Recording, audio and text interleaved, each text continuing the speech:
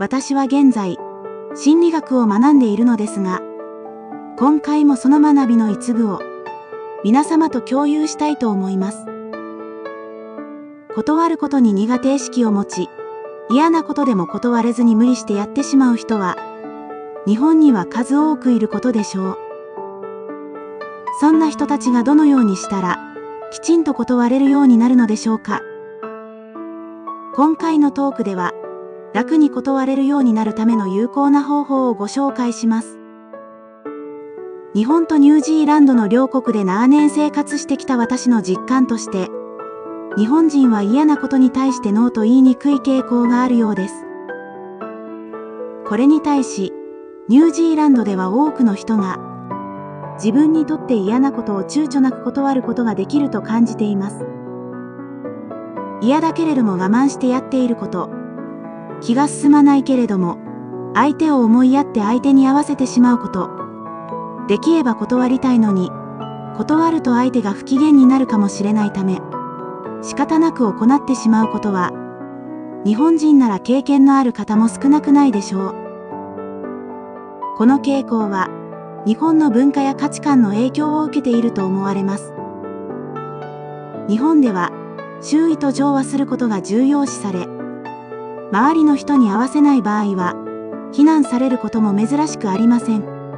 そのため、無理をしてでも周囲に合わせることが選ばれがちです。さらに、我慢や自己犠牲が美徳とされる日本社会では、相手に合わせるために自分を犠牲にすることが称賛される傾向にあります。このような文化背景の中で育った私たちは、ノーということを避けがちになり、本当はノーと言いたくても、罪悪感を感じてしまい、言えない人も多いのです。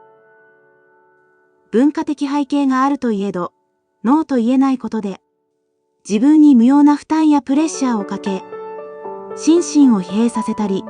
心を苦しめるのは残念なことです。嫌なことを断れずに自分を辛い状況に追い込む日本人は、ニュージーランドの人々の姿勢に少し学び、もっと自分を楽にしてあげても良いのではないでしょうか。実は、ノーと言えるようになるために役立つ方法があります。それは、ここまでは受け入れるが、それ以上は受け入れないという基準を、あらかじめ自分の中で決めておくことです。例えば、自分の携帯電話番号は親しい人に飲み教える。夜10時以降の電話には応答しない。気乗りしない誘いはその場では返答せず、後でメールで断る。特定の人からの依頼は受けないなど、自分にとっての許容範囲を定めるのです。これらは単なる例であり、自分にとって、これは受け入れ可能だが、これ以上は不快、と感じる点に基づき、自分に適したルールを作ることが重要です。つまり、自分が受け入れられる基準と断る基準を事前に決めておくのです。このような基準がない場合、相手からのアプローチに際して迷いを感じやすく、断ることが難しくなります。しかし、明確なルールが心にあれば、誘いや依頼に対して迷うことなく、ノーと言いやすくなるのです。とはいえ、これまでノーということに慣れていない人が、自分で決めたルールに従ってノーというのは、簡単ではないかもしれません。そうした場合には、最初はハードルを低く設定すると良いでしょう。はじめは、自分にとって難しいと感じるルールは避け、無理なく、少し頑張ればノーと言えるような小さなルールから始めることが大切です。そして、小さなノーが言えるようになってから、少しずつハードルを上げていきます。ルールは一度決めたからといって変更してはいけないと思わないでください。最初は自分に実行しやすい、小さなノーのルールを設定し、それに慣れてきたら、少し挑戦的なノーにも取り組んでみましょう。このように意識的に続けていくことで、だんだんとノーということになれ、やがては大きなノーも言えるようになるでしょう。自分で設定したルールが心にあれば、迷いが少なくなり、受け入れること、受け入れられないことを素早く判断し、ルールに従って断ることもできるようになるでしょう。しかし、重要な点として、ルールに縛られすぎないことがあります。は受けないと自分の中でルールを決めていても、時には断りきれない場面もあるかもしれません。断ることによって不安が生じ、自分が望ましくない状態に陥ることが明らかな場合もあるからです。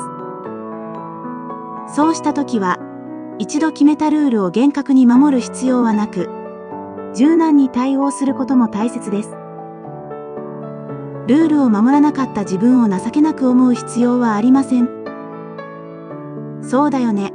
あの人にはノーと言いにくいよねと自分自身に共感して、ルールを守れなかった自分を受け入れる姿勢も重要です。また、は受けないと決めていても、依頼された時に自分がをやっても良いと感じることもあるでしょう。そのような時も、ルールに固執せず、時には例外として受け入れることも考慮に入れてみてください。つまり、ルールを設定したとしても、柔軟性を持ってルールと付き合うことが大切なのです。今回は、ノーとなかなか言えない人が、どのようにすればノーと言いやすくなるかについてお話ししました。それは、